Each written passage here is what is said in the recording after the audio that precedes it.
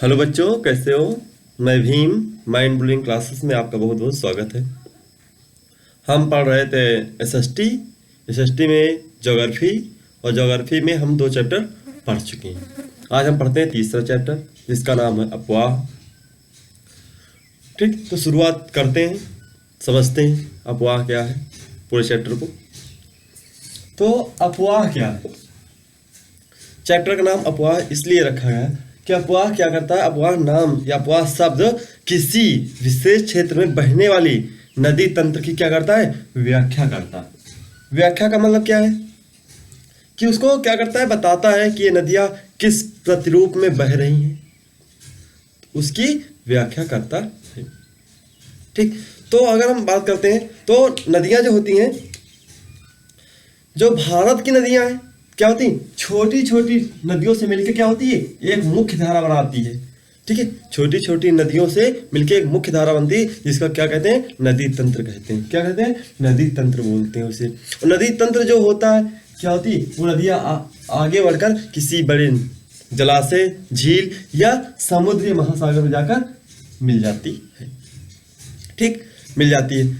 अगर हम इससे बात करें तो जिस नदी तंत्र का जल जिस क्षेत्र से बहता है उसको क्या बोलते हैं, अपवाह द्रोणी बोलते हैं। क्या बोलते हैं, अपवाह द्रोणी बोलते हैं।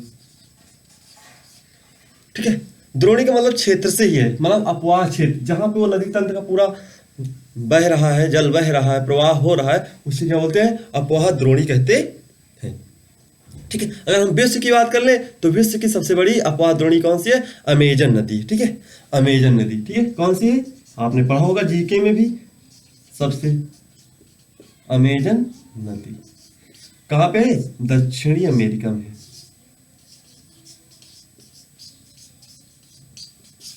दक्षिणी अमेरिका में है। ठीक, इसके बाद आता है, इसी पे अगला टॉपिक आता है अपवाह प्रतिरूप। ठीक है, क्या आता है, अपवाह प्रतिरूप।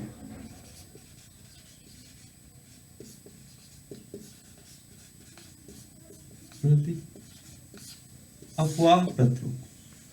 अपवाह प्रतिरूप का मतलब क्या है,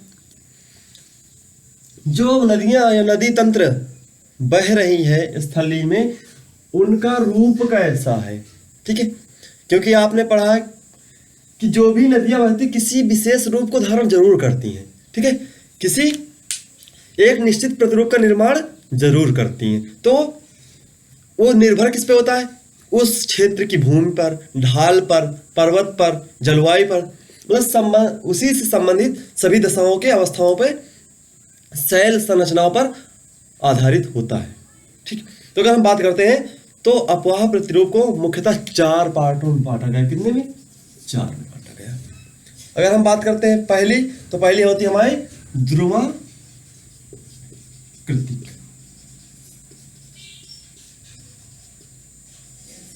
अपवाह। सेकंड हमारा है जालीनुमा।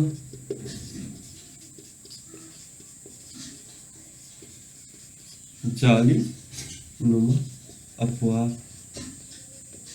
तीसरा है आयताकार।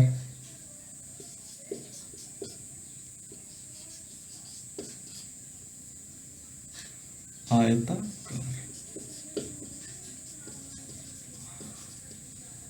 या अपवाह प्रतिरूप। ठीक है, और चौथा हमारा है अरी अपवाह। क्या है, अरी अपवाह। ठीक, तो पहला हमारा क्या है, ध्रुवाकृतिक अपवाह, दूसरा है जालीनुमा, तीसरा है आयताकार, और चौथा है अरी अपवाह। ठीक है, अब पहला हम बात करते हैं ध्रुवाकृतिक अपवाह क्या होता है। क्या होता है, ध्रुवाकृतिक अपवाह क्या होता है। ठीक है, तो बात कर लेते हैं ध्रुवाकृतिक अपवाह होता क्या है। तो जब क्या होता है, जब धाराएं क्या होती है, भूस्थल से ढाल के अनुसार बहती हैं। क्या होती है, भूस्थल से ढाल के अनुसार। ठीक है, ढाल के अनुसार बहती हैं। तो क्या होता है, जैसे ये नदी यहाँ पे उसका उद्गम स्थल है। ठीक है, उसे ढाल मिल रहा है, तो जब ढाल से बहती है तो उसमें क्या होती है, एक तो मुख्य नदी हो जाती है, और जो मुख्य नदी हो जाती है तो उसकी क्या होती है, हमेशा सहायक नदी होती है।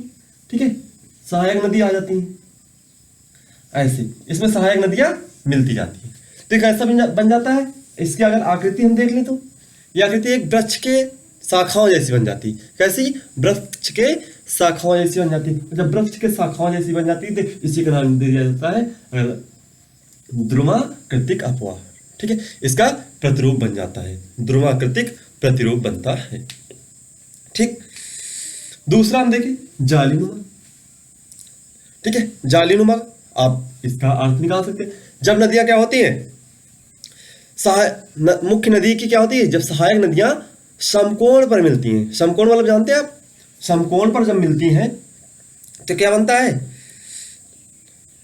जालीनुमा प्रतिरूप का निर्माण करती हैं।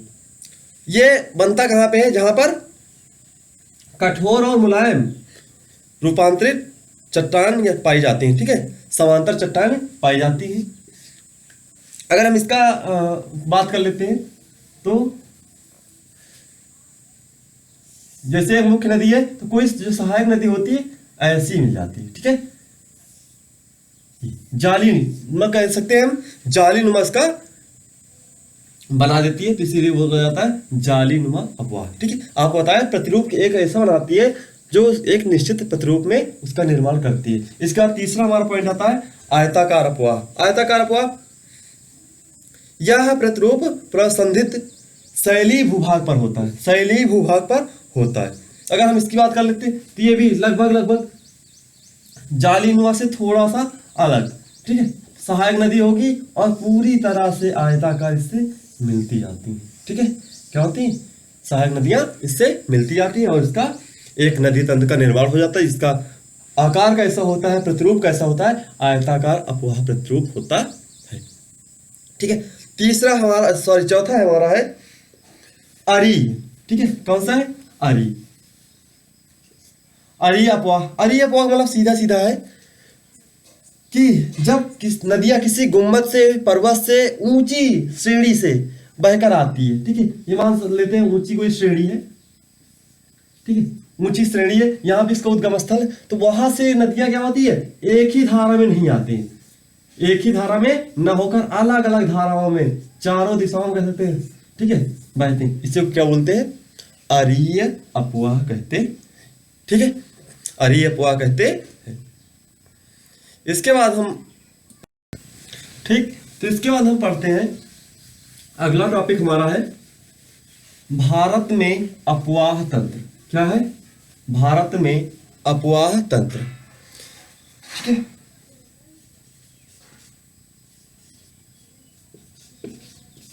भारत में अपवाह,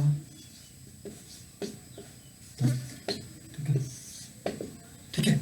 अब भारत में अपवाह तंत्र का मतलब क्या है कि भारत में जो नदियां बहेंगी उनका अपवाह कैसा होगा, उनका प्रतिरूप कैसा होगा।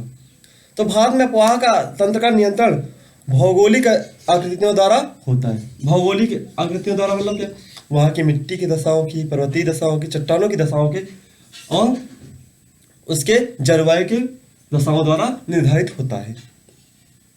अगर हम बात करते हैं भारत में मुख्यतः दो प्रकार के अपवाह तंत्र पाई जाती हैं। ठीक है, मुख्यतः भारतीय नदियों को मुख्यतः दो भागों में डिवाइड किया गया। कितने, दो भागों में बांटा गया।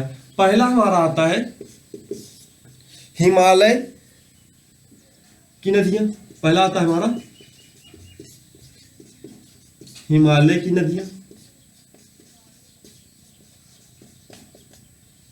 ठीक है, पहला आता है हमारा हिमालय की नदियां और दूसरा आता है प्रायद्वीपीय नदियां। ठीक है, क्या आता है, प्रायद्वीपीय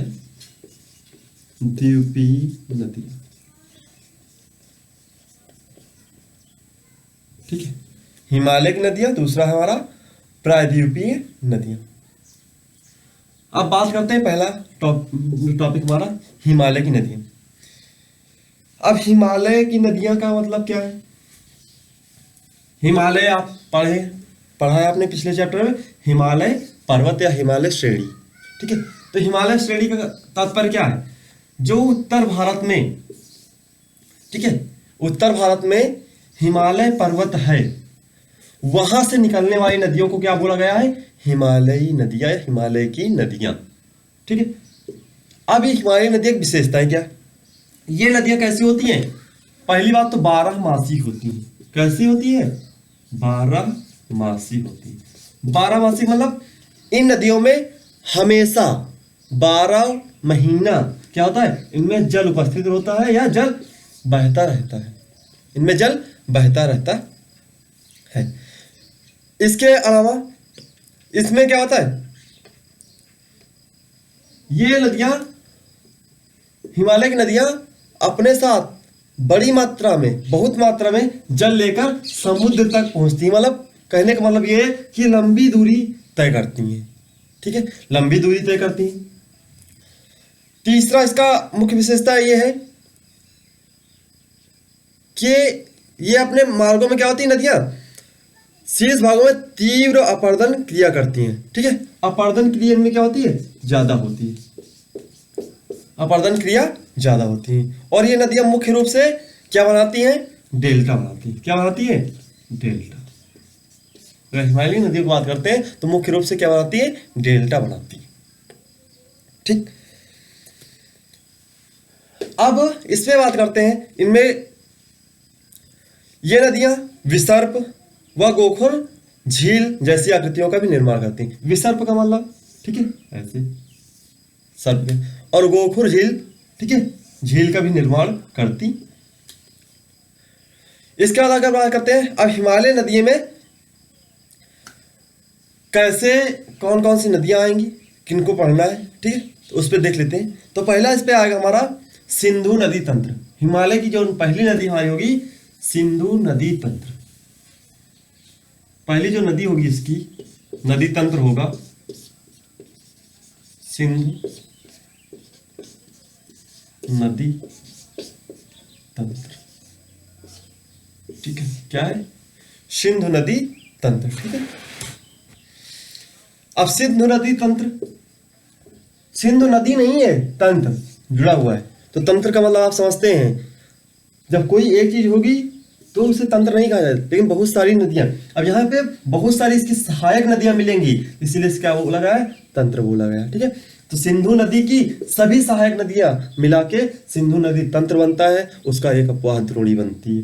ठीक, अब बात करते हैं सिंधु नदी की। तो सिंधु नदी का उद्गम स्थल कहां पे? तो सिंधु नदी का उद्गम स्थल तिब्बत के निकट, तिब्बत के निकट कहां पे? मानसरोवर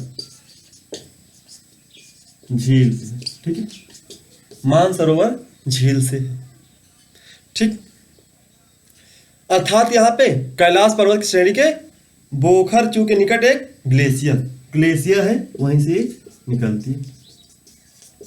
अब तिब्बत, चीन, ठीक है, ये तो चीन का कब्जा है, तो चीन से कैसे सकते हैं? तिब्बत के मानसरोवर झील से निकलने वाली नदी है। अब ये भारत में, इसका प्रवेश कहां पे होता है? जम्मू कश्मीर में। कहां पे? जम्मू कश्मीर के लद्दाख जिले से इसका प्रवेश भारत में होता है। ठीक है, और ये सिंधु नदी भारत के जम्मू कश्मीर होते हुए कहां पे जाती है? पाकिस्तान, पाकिस्तान से बलूचिस्तान, बलूचिस्तान से अरब सागर में गिर जाती है। ठीक, अब सिंधु नदी विश्व की सबसे लंबी नदियों में से एक है। ठीक है, इसकी लंबाई 2900 किलोमीटर है, जिसमें भारत में इसकी लंबाई 1114 किलोमीटर। और टोटल किसकी लंबाई कितनी है? 2900 किलोमीटर, और भारत में 1114 किलोमीटर, मतलब भारत में इतनी बहती है। अगर हम इसकी अब बात कर लेते हैं तो इससे जो इसकी सहायक नदियां हैं, सतलुज है, ब्यास है, रावी है, चेनाब है, झेलम है। ठीक है, सभी कहां पे मिलती हैं? पाकिस्तान जाती हैं और पाकिस्तान के पठानकोट में मिल जाती हैं। ठीक, और इसके बाद ये अरब सागर में मिल जाती, तो ये क्या हो जाते हैं? हमारी नदी तंत्र हो जाता है। अब इसी में बात करते हैं तो इस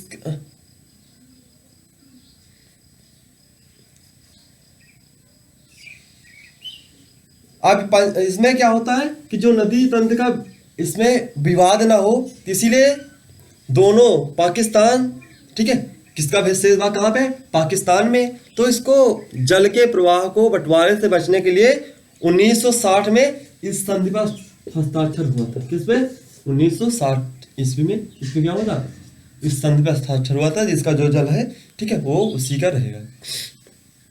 ठीक है, तो इसी का क्या बोला जाता है, सिंधु जल समझौता। सिंधु जल समझौता इसी का नाम दिया गया है, सिंधु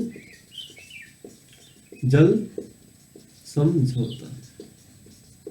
सिंधु जल समझौता जो हुआ था 1960 में, इसमें यह बात रखी गई थी कि भारत इसका क्या होता है, केवल 20% ही जल, सिंधु नदी का 20% जल ही भारत क्या कर सकता है, उपयोग कर सकता है। ठीक है, 20% जल ही भारत उपयोग कर सकता है, बाकी जल पाकिस्तान होते हुए अरब सागर जाता है। ठीक, इसके बाद हम बात करते हैं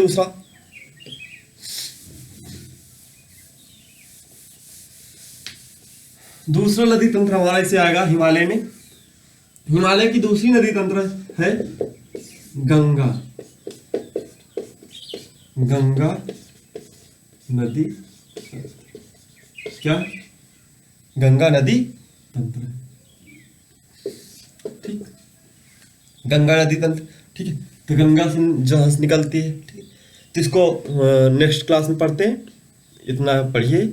और जब पढ़ते हैं तो इसके बाद आप एक नोट्स कोई रफ लेके बैठा करिए, जिसमें मेन जो पॉइंट होते हैं उनको नोट करिए, बाकी तो हम नोट्स देते हैं तो उसको आप लिख लीजिए करिए। ठीक है, ठीक है, आज इतना पढ़िए, फिर अगले क्लास में मिलते हैं। ठीक है, तब तक धन्यवाद।